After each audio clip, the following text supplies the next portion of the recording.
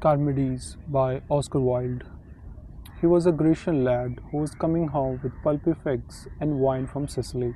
stood at his galley's prow, and let the foam blow through his crisp brown curls unconsciously, and holding wave and the wind in voice despite, peered from his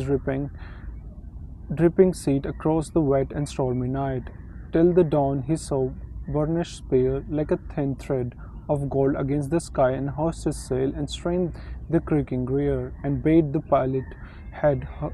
her lustily against the nervous gale, and all day long held on his way, and marked the rover's time with measured song. And when the faint Corinthian hills were red, dropped anchor in a little sandy bay, with fresh boughs of olive crowned his head, abbrushed from cheek and throat the hurry spray, and washed his limbs with oil, and from the hold brought out his linen tunic and his sandals brazen soled, and a rich robe stained with the fish's juice, which of the some swarthy trader he had bought upon the sunny quay at Syracuse, and with the trident broiders in wrought, and by the questioning merchant made his way up through the soft and silver woods. And when the laboring day had spun its tangled web of crimson cloud, combed the high hill, and the swift silent feet crept to the fane unnoticed by the crowd of the busy priest, and from dark retreat watched the young swains his frolic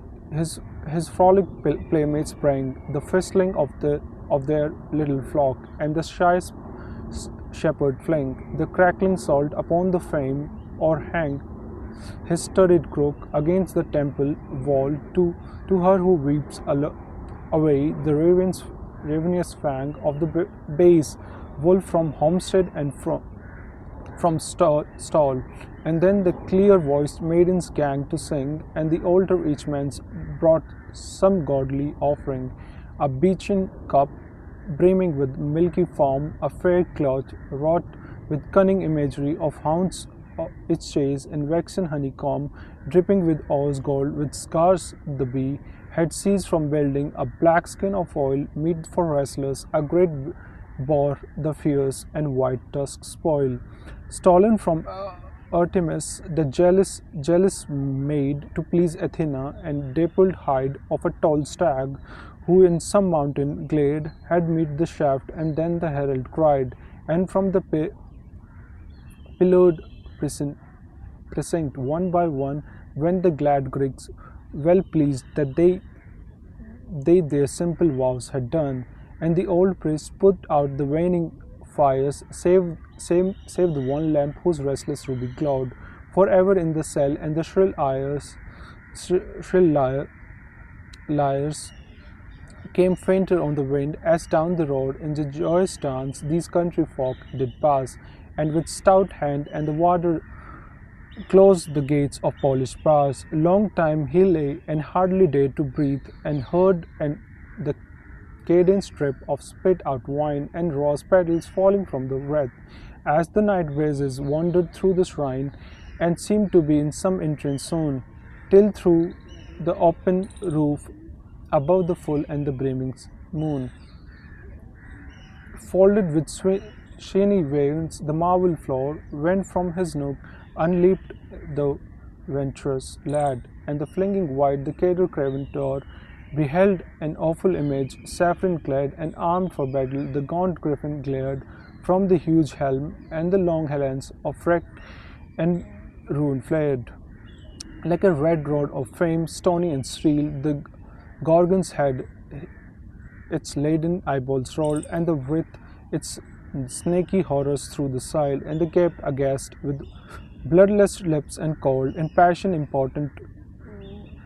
while the blind gaze, the blinking owl between the feet hooted in the shrill image. The lonely fisher,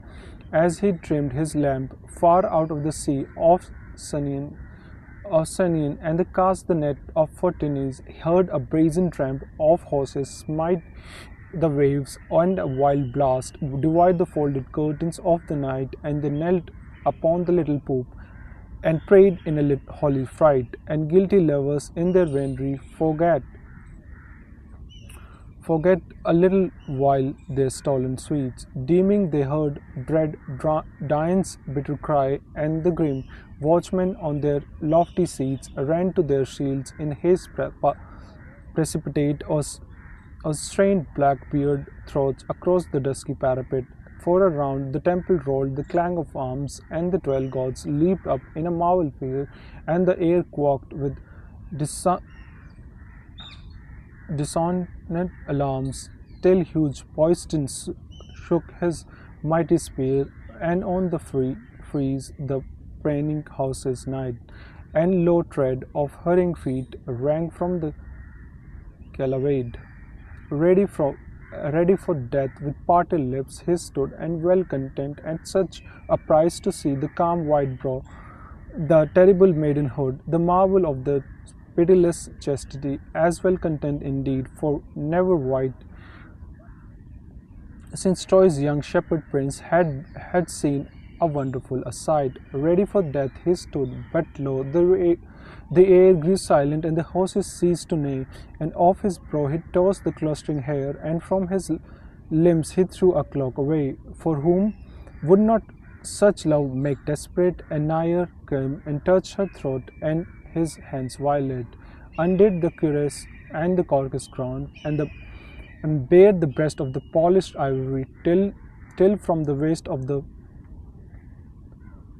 peplus falling down left visible the secret mystery which to no lover will Athena show. The grand cool flanks, the crescent thighs, the bossy hills of snow. Those who have never seen a lover sin, let them not read my ditty, it will be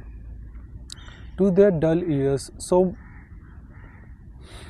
musicless and thin that they will have no joy of it. But ye, to those when cheeks now creeps the lingering smile, ye who have learned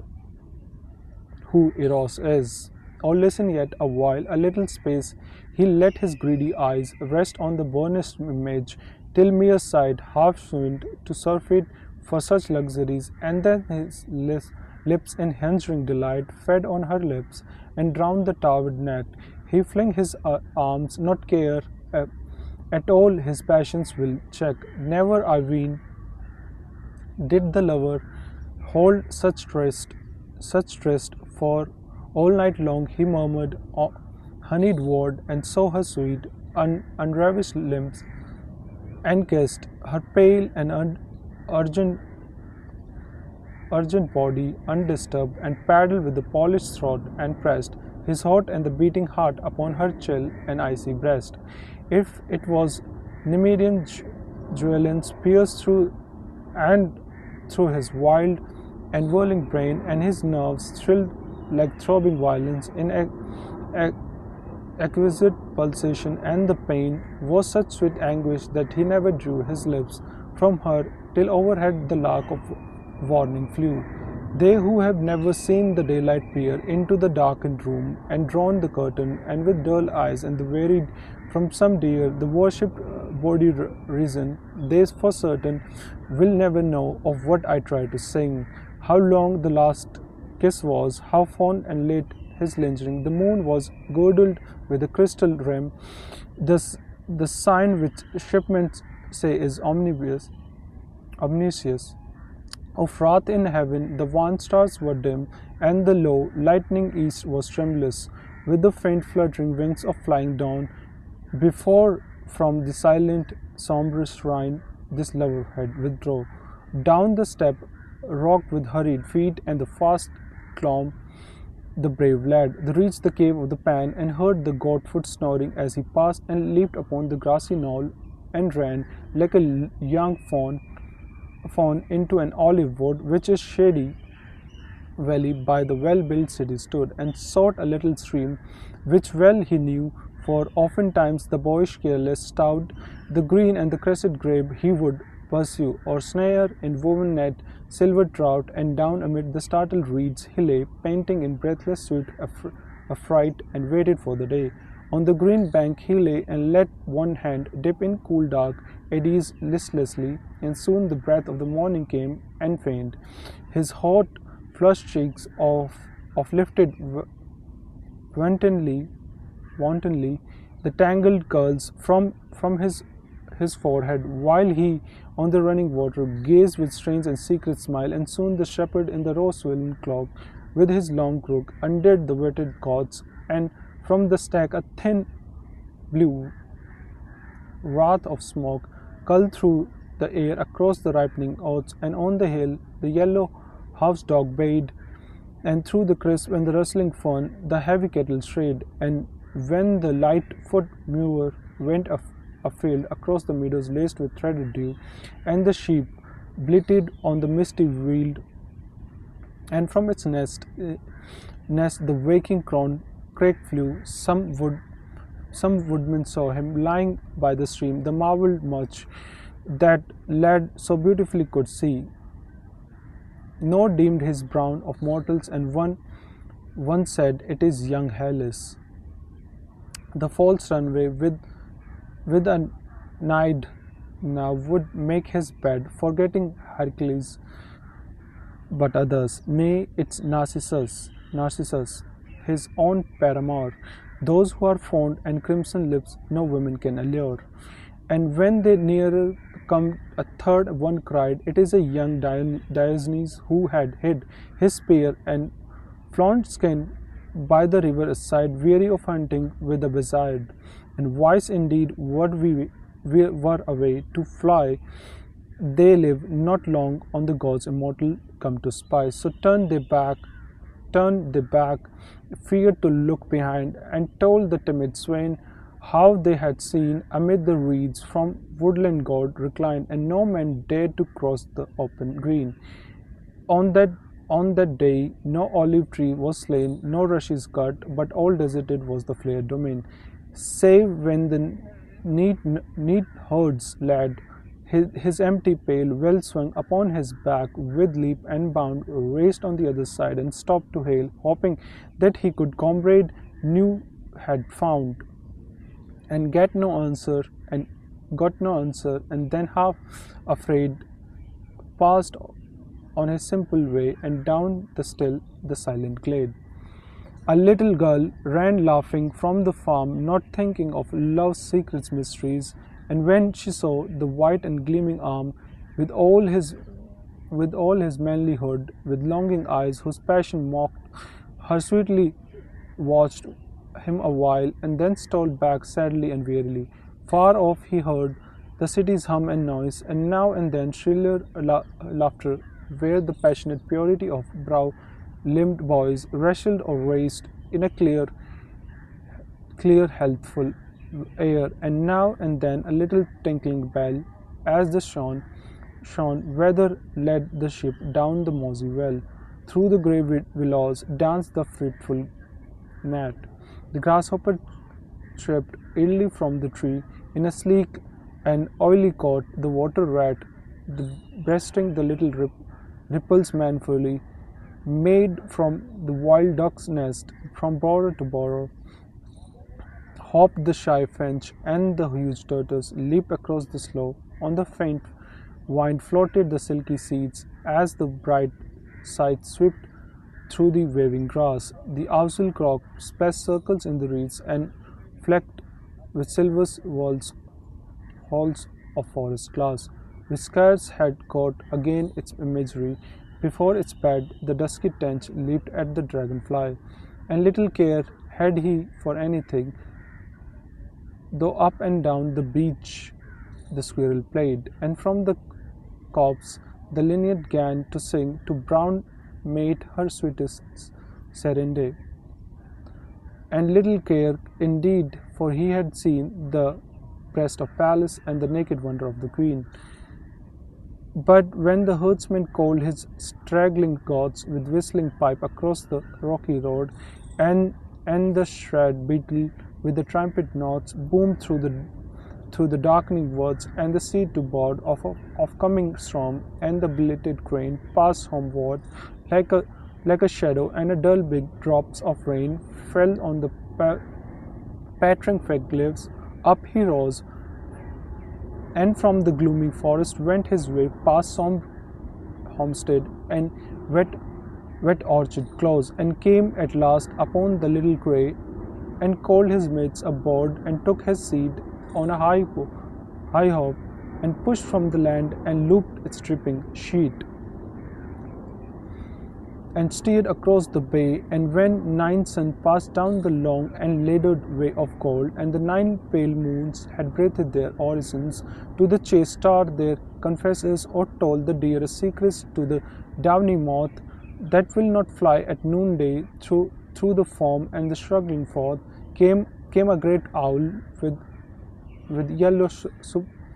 sulphurous eyes, and lit upon the ship whose timbers creaked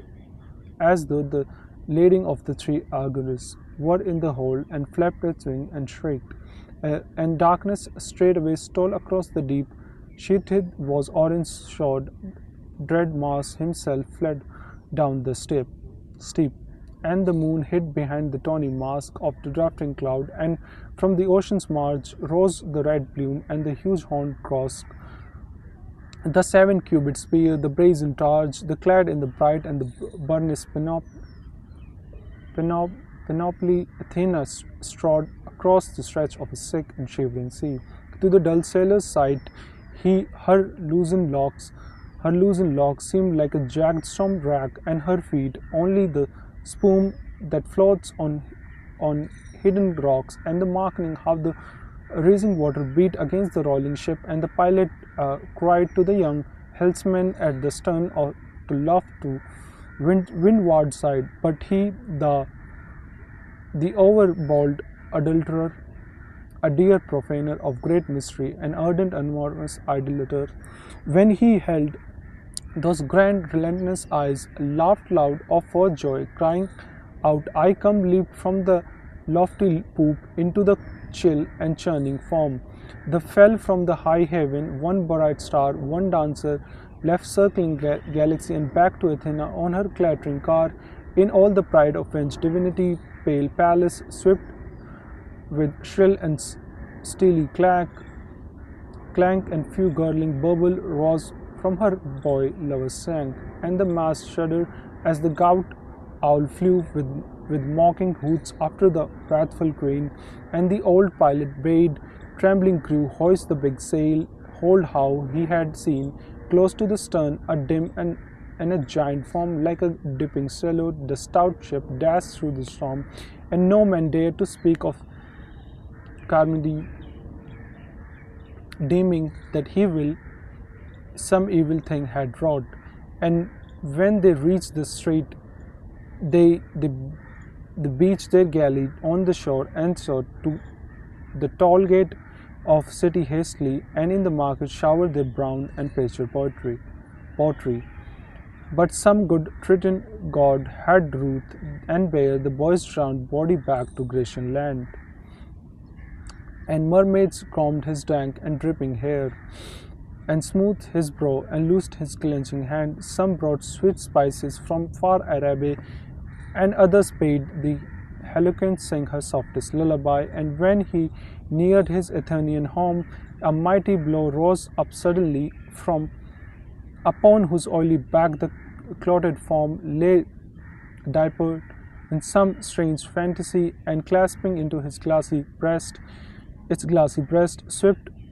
landward, and the white maid strained upon a venturous quest. Now where Colonus leans onto the sea, there lies along and a level stretch of lawn. The rabbit gnaws it, and the mountain bee for the desert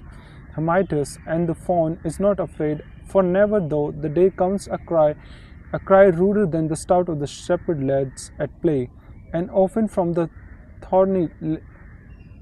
labyrinth and the tangled branches of the circling wood, the stealthy hunter sees young Scythian hurling the polished disc, and draws his hood over his guilty gaze. The creeps away, nor dares to wind his horn, or else at the first break of the day the diers come and throw the lantern ball along the reedy shore, and the circumvent some god-earned pan to be sensual for fear of the bold poised in ravishment, and loosen their goods with shy timorous eyes, less from the shaft, his azure arms and purple beard should rise on the side on that rocky cave, hung that yellow bell labyrinth stands. Smooth is the beach, save where some ebbing wave, leaving its faint outline etched upon the sands, as though it feared to be too soon forget by the green rush its playfellow, and yet it is a spot so small that the inconstant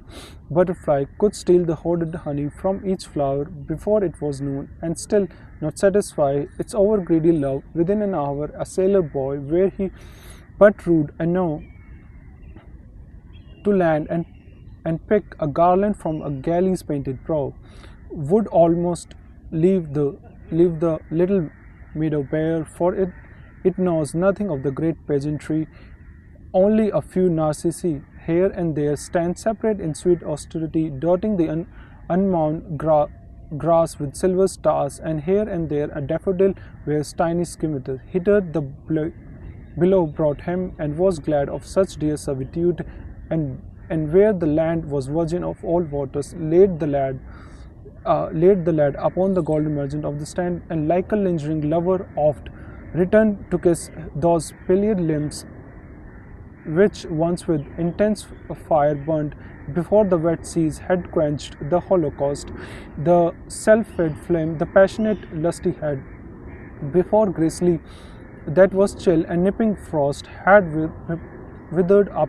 those lilies white and red, which, while the boy would through the forest range, answered each other in a sweet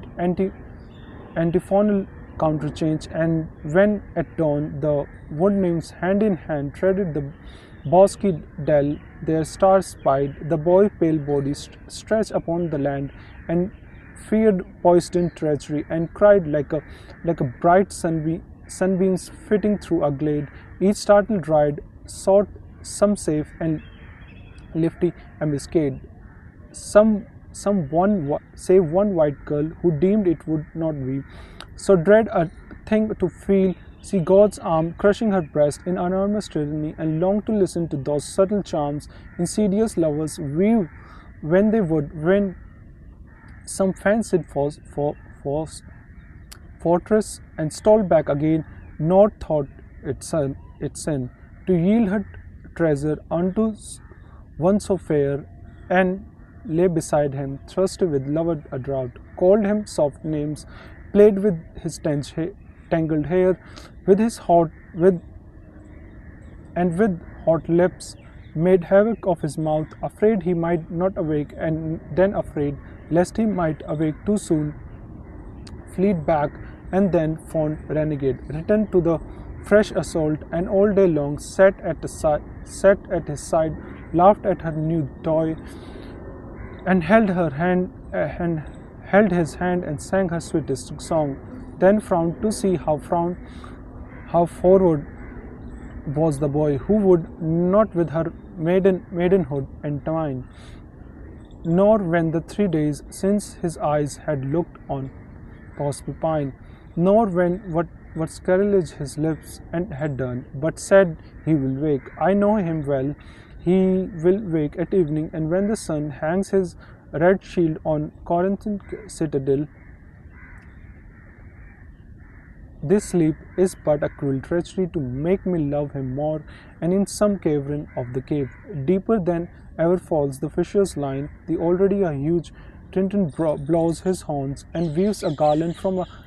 crystalline and drifting ocean tendrils to adorn, and the emerald pillars of our bridal bed for shepherd informing the silver and the coral crowned head. We two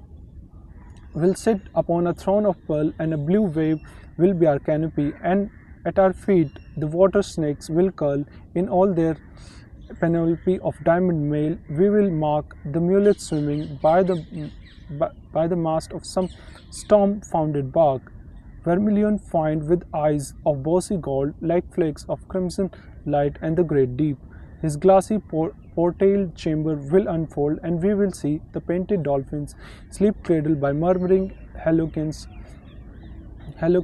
on the rocks, where Proteus in quaint suit of green pastures his monstrous flock, and tremulous opal-hued enuments will wave their purple fringe where we tread upon the mirrored floor, and the edges of a fish's flecked with tawny scales will thread the drifting cordage of the shattered wreck, and the honey-colored amber beads are twining limbs will deck. But when that baffled lord of war, sun with grey enough flying past away into the brazen house, and one by one the little yellow stars began to stray across the field of heaven, and then indeed she feared her lips upon her lips would never care to feed, and cried away. Already the pale moon washes the trees with silver, and the wave creeps the grey and chilly up the sandy dune, and the croaking frogs are out, and from the cave the nightjar shrieks, and fluttering bats repass, and the brown stout with hollow flanks creeps through the dusky grass. Nay, though thou art a god, be not a coy, for in the yon stream there is a little reed that often whisper how a lovely boy lay with her once again a grassy mead, who, when his cruel pleasure he had done, spread wings of rustling gold and soared aloft in the sun. Be not so coy, and laurel trembles still with the great Apollo's kisses, and the fair whose clustering sisters fringe the seaward health many tale of the bold ravisher whom men call Boreas, and I have seen the mocking eyes of Hermes through the polar silvery stream when the jealous Nisides call me fair, and every morn a young swain whoos me and apples with the rocks of hair and seeks the sooth disdain. By the gifts the gentle wood names love, but yesterday he brought to me an iris plum's dove, with little crimson feet, which with its store of 7 spotted eggs the cruel lad had stolen from the lofty Skymore. At the daybreak, with her enormous comrade, had flown off in a search of a buried juniper, which most they loved, and fretful wasp, that earliest vintager of the blue grapes, had not persistency be consistent as this simple shepherd boy. For my poor lips, his joyous purity and laughing sunny eyes might not decoy a dryad from her oath to Artemis. For very beautiful he is. His mouth was made to kiss, his argent forehead like a rising moon over the dusky hills of the meeting cross is crescent shaped, and hot and tyrant noon leads with the martel groove no goldier spouse for Cynthera,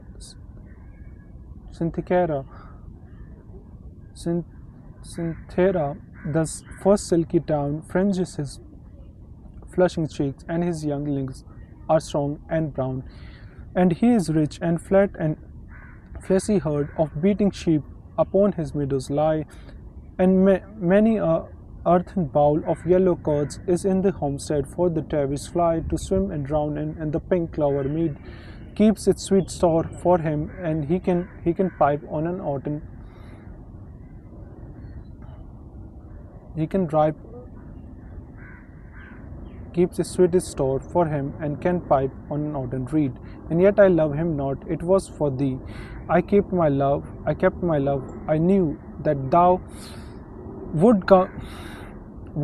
to rid me of the pallid chastity, thou fairest flower of flowerless form, of the wide Aegean brightest star, of the ocean azure heavens where the mirrored planets are. I knew that thou would come, for when at first the dry wood bonged, and the sap of spring swelled in my green and tender bark of burst to myriad multitudinous blossoming, which mocked the midnight with its mimic moons, and did not dread the dawn, and the first thrush's rapturous tunes startled the squirrel from the granary, and the cuckoo flowers fringed the narrow lane. Though my young leaves are sensuous ecstasy, creep like a new wine, and Even mossy wind throbbed with the frightful pulse of enormous blood, and the wild winds of passion shook my slim maidenhood, and the dropping fawns at evening came and laid their cool black noses on my lowest paws, and my topmost branch the blackbird made a little nest of grass for his spouse, and now and then twittering wind would light on a twig which hardly bared the way of such delight. I was a hectic shepherd, trysting place beneath my shadows. Amaryllis lay, and round my trunk would laughing Daphne's chase the timorous girl, till tired out with play, she felt not hot breath stir her tangled hair, and turned and looked and fled no more from such delightful snare, and then come away into my amazed work cluttering woodbine reaves a canopy an enormous pleasance and rustling shade of Pythian martiles seem to sanctify the dearest rites of love. There in the cool and the green recess of its farthest deep depth there is a pool, the ozil haunt, the wild bees' pastures, for round its rim great creamy lilies float through the flat leaves in verdant anchorage, each cup of white sail, golden laden boat, stayed by dragonfly. Be not afraid to leave this van and wave kiss shore, and surely the place were made for lovers such as we. The Cryphon queen, one arm around her boy's paramour, strays often there at eve, and I have seen the moon strip of her misty vesture for a young Endymion's eyes. Be not afraid, the panther feet of a Dian never tread that secret glade. Nay, if thou wilt back to the beating brine, back to the boisterous below, let us go and walk the day beneath the huge vault of Neptune, watery portico, and watch the purple monsters of the deep sport in ungainly play, and form this lyre keen Xiphias leap. For if my mistress find me lying here, she will not ruth or gentle pity show, but lay her boar spear down with austere and relentless fingers, string the corn bow, and draw the feathered notch against her breast, and loose the arched cord, even upon my quest. I hear her hearing feet, awake, thus thou laggard in love battle. Once at least let me drink deep of passion's wine, and slake my parched being with a nectareous feast, which even gods effect. Oh, come, love, come. Still we have time to reach the cavern of the Dian azure home. Scarce had she spoken when the shredding trees shook, and the leaves divided, and the air grew conscious of a god, and grey seas crawled backward and a long dismal blare blew for some tasseled horn, slit hound, and bayed. And where the little flowers of her breast just break into their blossoming, this murderous paramour, this unbidden quest, pierced the struck deep in the horrid chambering, and plowed a bloody furrow at its dart, and dug a long red rod, and cleft its winged death her heart, sobering her life out with a bitter cry. On the boy's body fell Dymas made, sobering for incomplete, the raptures enjoyed, and the pleasures dead, and the pain of the things unsatisfied, and the bright drops of the crimson youth crept down her throbbing side. Pitiful it was to hear her moan, and very pitiful to see her die before she had yielded up her sweets, or known the joy of passion, or dread mystery, which not to know is not to live at all, and yet to know is to be held in a death's most deadly thrall. But as it happened in Queens of Cytherea, who with Adonis all night long had lain within some shepherd's hut in Arcady, on the team of silver doves and gilded vane, was journeying Phyphos ward, high up afar from the mortal keen, between the mountains and the star morning, And when, low down, she spied the hapless pair and the herd of orchid faint's despairing cry, whose cadence seemed to play upon the air as though it were voile. Hastily she bade her pigeons fold each straining plume and the dot of earth and reached the strand and saw the jeweller's room. For as a garden turning back his head to catch the last notes of the linnet mouse, for the careless sky too near some flowered bed, and cuts the thorny pillar of the rose, and with the flower loosened loveliness strews the brown mould, and the shepherd led in wantonness, driving his flock along the mead, tread down two daffodils, which side by side have lured the lady bird and yellow breed, and made the gaudy with the mouth forget its pride, tread down their burning golden chalices under light feet which were not made for such rude ravages. Or as a schoolboy tired of his book, flings himself down upon the reedy grass and plucks two water lilies from the brook, and from the time forgets the hour's glass, then wearies the sweets and goes his ways, and lets the sun kill them, even these lovers slay. And Venus cried, it is dread Artemis, whose bitter hand had wrought this cruelty, or else that mitre may, whose care it is to guard her stronger and the stainless majesty. Upon the hill Athenian, alas, they had who loved and unloved into the death's houses should pass. So with the soft hand she laid the boy and the girl in the great golden wagon tenderly, with her white throat whiter than a moony pearl, just threaded with a blue wine's tapestry, had not yet ceased throb, and still her breast swayed like a wind-stirred lily, ambiguous undressed, and each pigeon spread its milky wing when in a bright car soared in the dawning sky, and like a cloud of the aerial caravan passed over the Aegean slightly, till the faint air was troubled with the song from the mouths, the call, the bleeding, the timbrels all night long, when the doves had reached their wonted call, where the wide stray of odd marble dips its nose into the sea. Her fluttering soul just shook the trembling petals of her lips and passed into the void, and Venus knew that one fair maid the less would walk amid the routine. They bade her servants carven at cadaver's chest from the wonder of his history, within whose scented womb their limbs should rest, where olive trees make tender the blue sky over the low hills of the Phaebus, and the fawn pipes in the noonday, and the nightingale sings on the till dawn, nor feigned they to obey her hest, and before the morning bead had strung the daffodil with her tiny fitful spear, and from its lyre the waking stag and leaped across the rill. The rouse the usual, the lizard crept athwart the sunny rock, beneath the grass their bodies slept, and when they break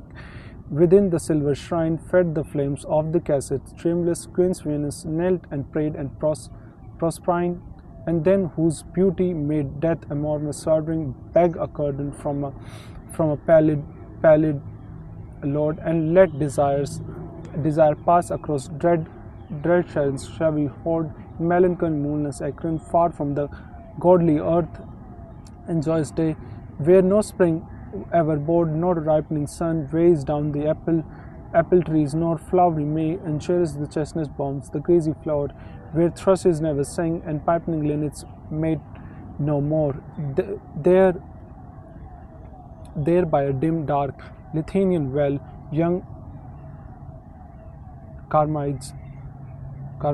was lying. Wearily he plucked the blossoms from the apostle with its little riffled treasury, shrewd the dull waters of the dusky stream, and watched